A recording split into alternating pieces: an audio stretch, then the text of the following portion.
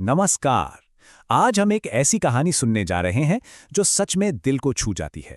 मतलब सोचिए, ये कहानी एक भगवान के बहुत ही इंसानी से अनुभव की है। एक ऐसा लम्हा जब खुद ब्रह्मांड के मालिक को भूख लग गई। तो कभी सोचा है कि क्या होगा अगर खुद भगवान को ही भूख लग जाए? वही भगवान जो पूरी दुनिया का पेट भरते हैं। बस यही एक सवाल इस पूरी कहानी की जड़ है। तो चलिए कहानी की शुरुआत करते हैं। बात है पुरी के उस विशाल जगन्नाथ मंदिर की, जहां एक दिन भगवान जगन्नाथ कुछ कह सकते हैं कि उदास से बैठे थे। अब सोचिए जरा, रोज रोज वही भोग, वही स्वाद, वही सालों से चली आ रही परंपरा। भगवान जगन्नाथ बिना एक ही तरह का दिव्य प्रसाद खा खा कर मानो थक से गए थे। उनके मन में एक इच्छा जागी, कुछ नया चखने की, कुछ अलग सा खाने की। तो उन्होंने देवी लक्ष्मी से बात की, पर बात बनी नहीं। फिर जगन्नाथ पहुंचे अपने बड़े भाई बलभद्र के पास, और बस यहीं से बनी वो दिव्य योजना कि क्यों ना आज अपने भक्तों के घर जाकर सीधे उनकी भक्ति का अनुभव किया जाए। तो बस कुछ नया खाने की इसी इच्छा के साथ दोनों भाइयों ने गरीब बच्चों का वेश बदला और मंदिर से बाहर निकल पड़े। तो अब दोनों भाई अपनी योजना के साथ तैयार थे।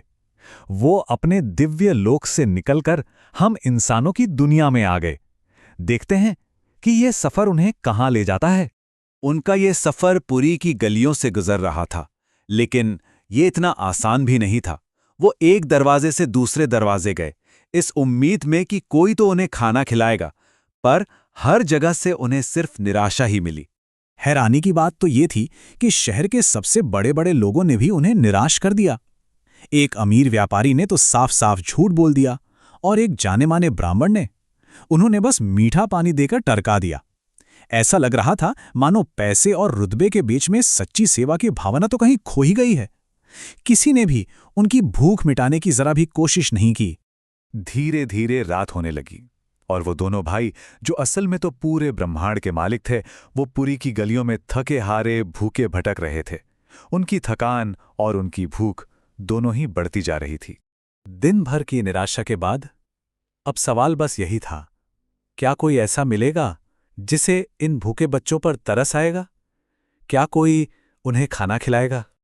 और यहीं से कहानी एक बहुत ही खूबसूरत मोड़ लेती है।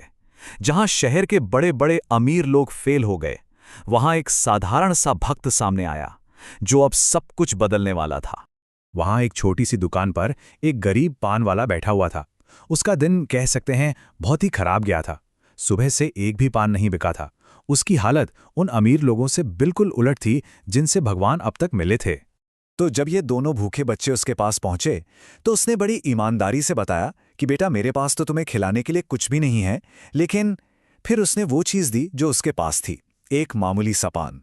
मतलब उसने वो चीज़ देने की पेशकश की जो उस दिन की उसकी अकेली कमाई थी, उसका एकमात्र सहारा। और इस पर भगवान जगन्नाथ का जवाब सुनिए। अरे, उनकी तो खुशी का ठिकाना ही नहीं रहा।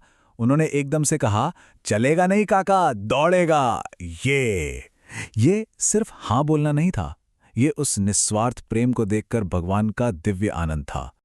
और उसे एक मामूली से पान के बदले में जानते हैं भगवान जगन्नाथ ने क्या किया? उन्होंने एक बेशकीमती तोहफा छोड़ा। उन्होंने मंदिर की वो पवित्र सोने की थाली उस पान वाले को दे दी। सोचिए, एक छोटे से पान के बदले में एक दिव्य आशीर्वाद। चलिए अब कहानी वापस मंदिर लौटती है, जहां इस दिव्य मुलाकात का असर अब एक बहुत बड़े रहस्य के तौर पर सामने आने वाला था। अगली सुबह मंदिर में तो हड़कंप मच गया। भगवान की पवित्र सोने की थाली गायब थी। पूरे शहर में खबर फैल गई कि मंदिर में चोरी हो गई है। लेकिन वो पान वाला, वो बिल्कुल शांत था। वो सब समझ चुका था। उसने कोई लालच नहीं दिखाया, बल्कि शांति से अपने प्रभु के लौटने का इंतजार करता रहा।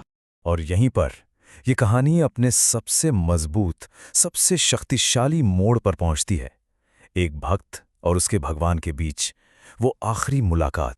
और जैसा उस भक्त को यकीन था, ठीक उसी रात वो दोनों बच्चे फिर से उसकी दुकान पर आए। अब वो वक्त था आखिरी और सबसे भावुक बातचीत का। उस पान वाले ने कोई दुनियावी इनाम नहीं मांगा, नहीं। उसने तो बस हाथ जोड़कर कहा, प्रभु, मैं अब जान गया हूं कि आप कौन हैं। बस मुझे इस दुनिया के चक्कर से मुक्त कर दीजिए और अपने चरणों में जगह दे दीजिए। उसने मोक्ष मांगा था, सबसे बड़ा पुरस्कार। और बस उसी पल भगवान जगन्नाथ ने अपना असली दिव्य रूप प्रकट किया और अपने उस प्यारे भक्त की सबसे सच्ची इच्छा पूरी कर दी। उस पान वाले की आत्मा हमेशा हमेशा के लिए भगवान में मिल गई, उसे मोक्ष मिल गया। तो इस पूरी कहानी से हमें सीखने को क्या मिलता है? इसका असली सार क्या है? भक्ति का सही मतलब क्या है आखिर? ये कहानी हमें भक्ति की सही परिभाषा सिखाती है कि भक्ति पैसों या दिखावे की मोहताज नहीं है। भक्ति तो उस गरीब पान वाले जैसी है, एकदम शुद्ध, सच्ची और बिना किसी स्वार्थ वाली। और यही इस कहानी का सबसे गहरा संदेश है कि भगवान को बड़े बड़े पकवान या धन दौलत नहीं चाहिए। उन्हें तो बस एक ही चीज चाहिए, सच्चा, साफ और बिना किसी छल कपट वाला प्रेम। जहां प्रेम है, बस वहीं जगन्नाथ है। तो आखिर में ये कहानी हमें एक सवाल के साथ छोड़ जाती है कि अगर सच्ची भक्ति बड़े बड़े चढ़ावों में नहीं, बल्कि एक मामूली से पान जैसी छोटी सी चीज में मिल सकती है, तो फिर हम अपनी रोजमर्रा की जिंदगी में उस सच्ची श्रद्धा को कहाँ और कैसे ढूंढ सकते हैं?